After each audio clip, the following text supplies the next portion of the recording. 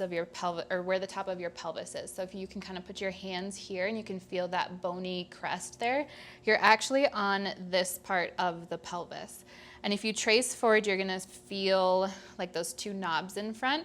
So you're kind of right here. So you can see if I tip it this way, the pelvic floor is on the inside. Well, the pelvic floor has to work together. Our pelvis also has to be able to have segmental mobility where it goes just to the right and then just to the left. So the pelvic floor then, again, we need it to work together, but we also need the right side to be doing something different than the left side sometimes. Organs play into the health of our body as well as the pelvic floor. So we're going to be looking into how organs move, why they need to move, and what causes dysfunction. And I have Miss Betty here to help. So what does that mean? How can your organ or loss of organ movement play into your lower back pain, your shoulder pain? This digging deeper into why am I still having hip pain when I've tried all the things. We are diving into some toilet talk and the importance of not pushing and how that affects not only our pelvic floor health, but also organ health. Look into where she's sending the breath in her own body.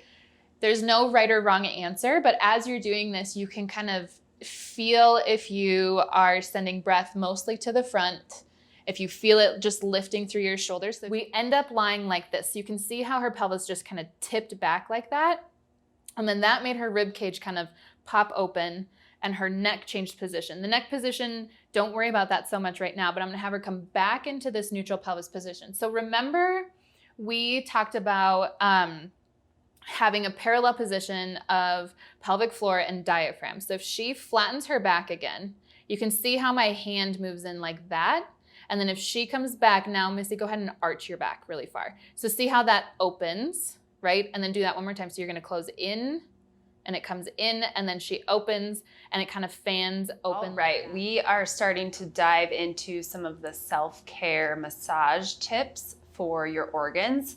And one of my favorite tools to use is the Gorgeous Ball, the Yoga Tune-Up Ball, because it is very grippy. So it tends to mimic a practitioner's hands working on you, and it helps you to be able to work different layers of the tissue. You get into a yoga pose, you're gonna get some benefits of the position on your organs, but the main thing is that 360 breathing that Ashley talked about.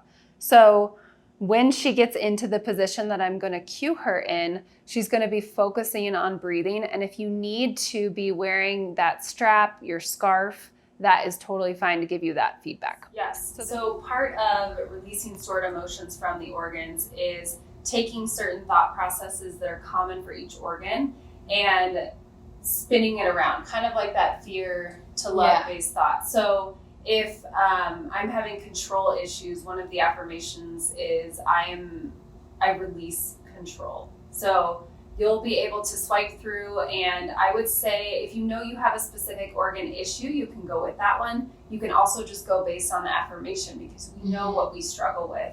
And so these affirmations, you can take a screenshot, put it as your screensaver on your computer, hang it on your wall, on your phone.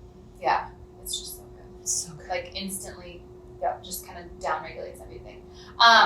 And when you're using this with breathing, you know, we've touched so much through this program already about breath, like always return back to your breath. Your breath is always there. Your breath is one of the quickest ways you can down regulate.